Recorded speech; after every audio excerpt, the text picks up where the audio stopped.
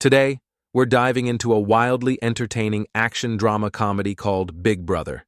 It's got heart, humor, and a whole lot of karate. Spoilers ahead, let's get into it. Cool. Henry, our hero, returns to Hong Kong after serving in the US military. He wants to settle down, live a peaceful life, and, plot twist, become a teacher. So, he heads to his old school, Tak Chi Secondary, and applies for a job. The principal's like, "You've never taught a day in your life." But when Henry casually drops a recommendation from someone way high up, the job's his. Nepotism? More like respectism. But wait. The principal warns him. This class is a nightmare on desks and chairs. Henry walks in on day one and finds absolute chaos. Some kids are napping, others gaming. One is cooking ramen on a portable stove. If high school had a cooking show, this class would be Master Ramen Chaos in the Classroom Edition. Gordon Ramsay would just walk out. Who's gonna win MasterChef? The students completely ignore Henry like he's a ghost substitute. He tries to speak. Nothing. So he switches tactics. He walks around calmly, giving commentary like a chill YouTuber reacting to their live stream. He even warns the ramen chefs about sodium, jams with Zuffa on a ukulele, and tells a gamer kid to watch out for radiation. Honestly, same. If radiation from screens was real, we're all toast. Eventually, he introduces himself and writes his name and number on the board, but his handwriting's so bad, the class calls him out. One kid prank calls him while he's in the room. Henry just laughs it off like a champ. But when they go back to ignoring him, he gets creative, MacGyver style. He uses a rubber band and chalk to trigger the classroom's fire sprinkler system. Chaos erupts, water flies, ramen is ruined, but the students finally listen. He smiles and officially welcomes them to the jungle. Sorry, class. Later, the notorious group of 5 worst-performing students smokes in the supply room. Jack, their leader, is caught staring at a girl's photo. The others roast him, but he's clearly in love, or just really bad at hiding it. They're soon confronted by the school's rich basketball boys, who mock them for being poor. One day, Jack drops a bottle on the court during their practice, tripping the captain.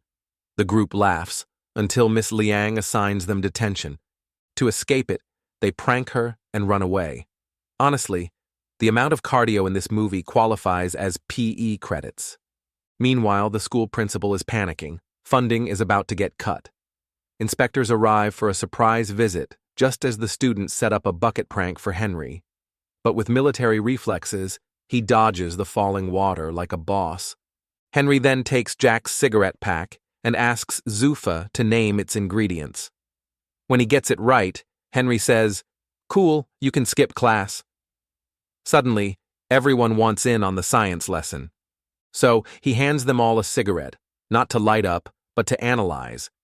He explains how tar messes up your lungs, and surprisingly, they're all ears. This is the only time in history where handing teens cigarettes made them more interested in school. Somewhere, a health teacher is crying. After class, a cafeteria brawl breaks out between Jack's crew and the basketball team. Food flies. Tables turn. Bruce slips on noodles. Henry finds out and stops a hallway fight just in time. Jack vents. It's always the poor kids who get punished. Henry starts digging into their backgrounds.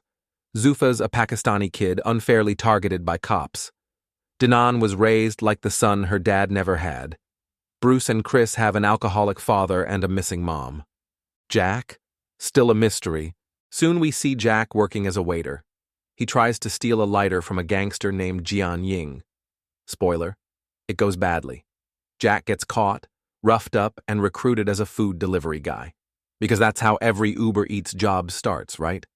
Elsewhere, Henry helps Zuffa escape from some angry gang guys, family drama, then takes him busking on a bridge. Henry joins a street band and sings like he's in a K-drama moment. Zuffa jumps in too, facing his stage fright for the first time in years.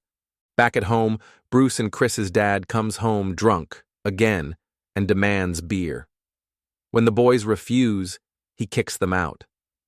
Henry convinces him to go to rehab and be an actual parent for once, Meanwhile, Danan's dad brings her makeup and tells her to act like a girl. She storms out with the car keys. But just before she pulls a fast and furious move, Henry stops her. Instead, they hit a go-kart track. Danan and her dad race like it's Mario Kart IRL. They crash, she goes missing for a sec, and her dad totally breaks down. Turns out he does love her after all. Nothing says family therapy like crashing tiny cars at 30 miles per hour and emotional whiplash. Later, Bruce and Chris go to interview a recovering alcoholic at rehab, and surprise, it's their dad. He opens up, says he started drinking after their mom left. He doesn't say they're his kids, but apologizes. The boys cry, feels, everywhere. Meanwhile, Jack's job turns darker. Jian Ying asks him to drug a fighter's drink. Jack tries, but is caught, locked in a locker, and nearly forgotten. Henry arrives, gets suspicious, and after hearing Jack's muffled cries, goes full John Wick. He fights the gang, dodges punches, and knocks out a literal pro fighter like he's just clocking out of a shift at Walmart. He gets injured, ends up in the hospital. Jack tries to expose Jian Ying, but the gang silences him. Still, news spreads. Henry the teacher took down an MMA thug to save a student. He becomes a school legend overnight. Students who used to ignore him now stand to greet him. A flashback shows Henry used to be a school troublemaker himself, water balloons and all. He once broke a student's hand, which led to his suspension and eventual journey abroad. Now, with renewed focus, the students study hard for their entrance exam, except Bruce, who secretly struggles with pill addiction. He fails his mock exam and spirals. One night, he jumps off his balcony. He survives but falls into a coma. The media twists the story, blaming the school and Henry. The education board revokes his license. Henry leaves, but his students chase him, begging him to stay. Determined to make him proud, they study twice as hard. But on exam day, Jian Ying traps them in school, trying to sabotage them. Henry finds out and returns like an action hero, battling Jian Ying's goons again. During the final showdown, Jian Ying reveals he was the piano kid Henry hurt all those years ago. He blames Henry for ruining his music career. Henry apologizes, refuses to fight dirty, and walks away. The students escape just in time and crush their entrance exam. Bruce recovers and vows to try again next year. The school gets a 20% bonus for its results. Henry returns to teaching and, uses the sprinkler prank again on a new class. Because some lessons are just timeless.